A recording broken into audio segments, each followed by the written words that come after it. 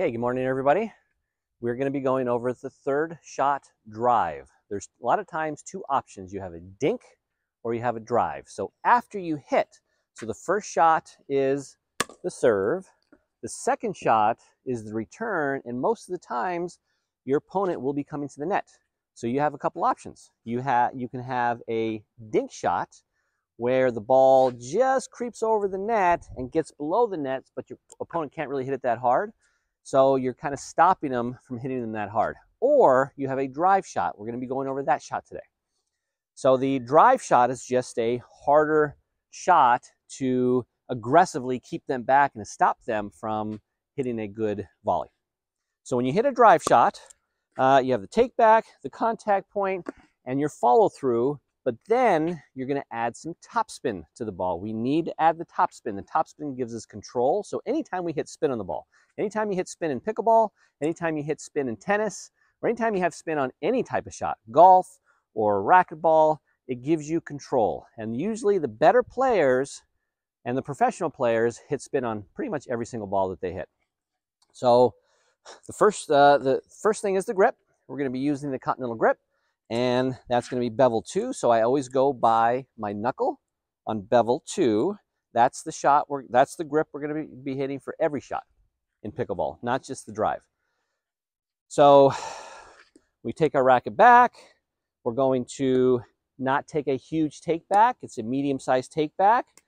And we're going to follow through, and we're going to accelerate through. Now, to get the topspin.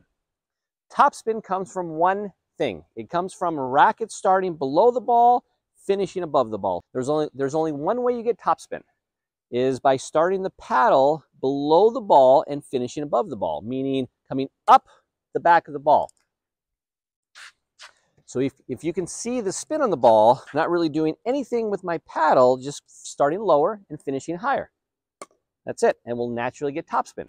A lot of people think that you want to turn the paddle or turn the racket on contact, and that's what generates the spin. But no, you can never time the ball that well, because that ball is just going to hit the paddle for a split second. There's no time to actually grip it and then turn it.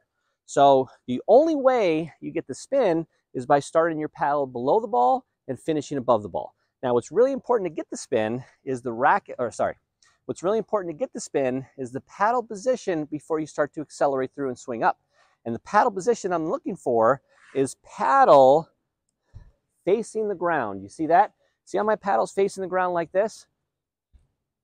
It's going to be a little bit tilted down towards the ground. It's not going to be facing down, but it's not going to be like this. See, if it was like this, there's no way we're going to get topspin. The only way we can get topspin is by having the paddle tilted down, and that way we can brush up on the ball. So paddle below the ball, swing up, and make sure we accelerate. You see, a certain percentage of the paddle speed is going to the spin of the ball, and a certain percentage is going into the speed of the ball. So when we hit a ball that's through like this, that has no spin, pretty much 100% of the speed of the paddle is going into the speed of the ball. But when we start to spin the ball, what's the difference? Then maybe 60% or 70%, it depends on how much lower below that ball we're starting, is what percentage of that paddle speed is going into the spin of the ball. And let's say the ball's here. If I start my paddle like this, this is going to be flat. It's going to be a totally flat shot. If I start my paddle like this, it's going to have a little bit of topspin. If I start my paddle like this, it's going to have more topspin. Let's say I started even down here. It's going to have even more topspin. Now, on the other side of the spectrum, if I started above the ball, that's backspin. That's the other side. That's the opposite spin. So it's backspin. And the higher I start the paddle above the ball, the more backspin I'm going to get. So you see how that works? So to hit a drive shot, I want to accelerate through. I want to put topspin. Like I said, topspin gives us control, and topspin also does one more thing. It gets the ball over the net and then down at their feet, easier than if it's a flatter shot. So the topspin is going to give us control, plus it's going to go higher over the net, and then the spin is going to bring it down. And then the last factor, which is not a huge factor in pickleball just because the ball doesn't bounce that high, but the last factor is, it is a small factor, is the bounce after the spin. You see, when the ball's spinning like this, once it hits, it kicks a little bit. It won't kick that much as in tennis, but it'll kick more than if it's a flatter ball. So it's another way to give your opponent a little different look, is by adding more topspin. So here's a few shots. This the third shot drive. Watch how I keep my wrist, my forearm pretty solid, but I'm accelerating through and I'm putting topspin on the ball. Now you notice one more thing with my legs. You notice how my legs are pushing up when I'm hitting.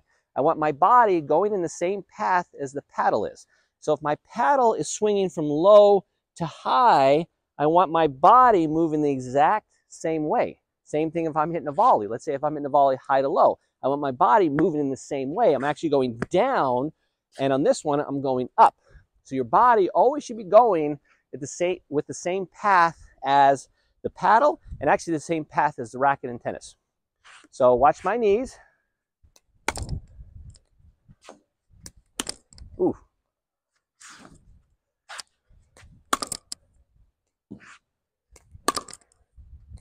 Now with the camera, we can see a little different angle. Hopefully you can see the depth, the spin, and the speed with that ball coming at you. Here's a third shot drive with topspin.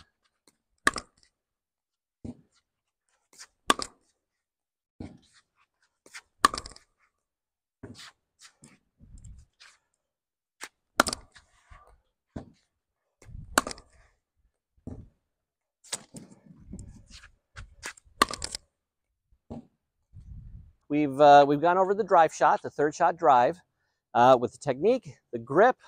You saw how to hit it with our body is pushing up. That's actually pretty important. There is a little rotation there too, not as much rotation as there is in tennis.